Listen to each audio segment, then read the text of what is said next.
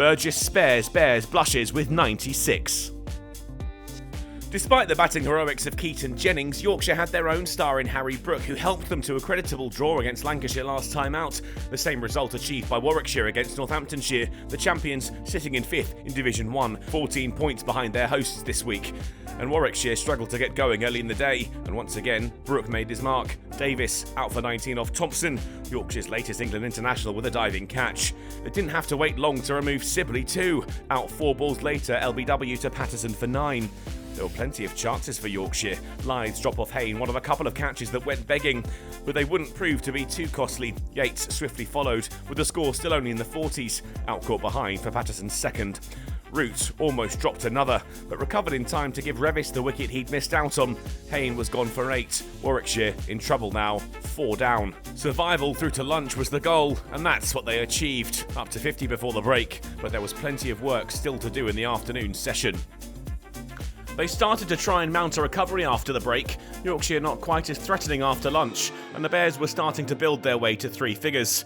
On the cusp of 100, they brought up a 50 partnership, with Lamb's latest shot to the ropes. Rhodes would be the man to bring the ton up, Hill this time lashed to the boundary. Their resistance was broken. Lamb was looking for 50, but denied by Revis, outcaught by Root for 45. More chances went down, surely they'd catch up with Yorkshire eventually.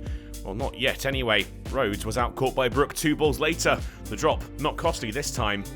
Burgess looked to be Warwickshire's main route of resistance now. He was batting well and taking his side past 150.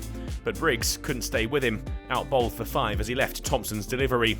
10 more runs were added before tea, but Warwickshire were on the back foot at 166 for 7.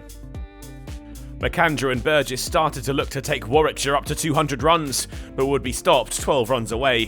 McAndrew out for 15, caught by Lyth off the bowling of Thompson.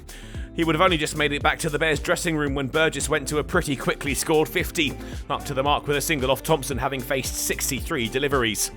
A pull shot to the ropes off Revis had Warwickshire up to 200, but another partner was about to fall by the wayside. It was Brooks who went, outcaught by Thompson for another to Lowton. Warwickshire down to their final wicket now. Burgess took that as his cue to put his foot to the floor, adding some crucial late innings runs to carry the Bears towards 250. He probably should have had 100 for his efforts, one he deserved, but miscued the shot back to Patterson, the innings over, on 244.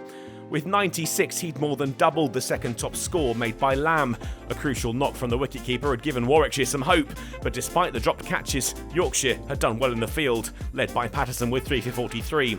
And there was enough time left for Yorkshire to get their innings started, 28 added off 12 overs by Lyth and Hill. The bowlers had done their job for Yorkshire, even if some of the fielding had been a little suspect. It'll be over to the batters tomorrow morning to try and build on the solid start of the hosts. They've got plenty in the tank, not least England duo Joe Root and Harry Brook. They'll look to lay down a marker in their last match before international duty beckons.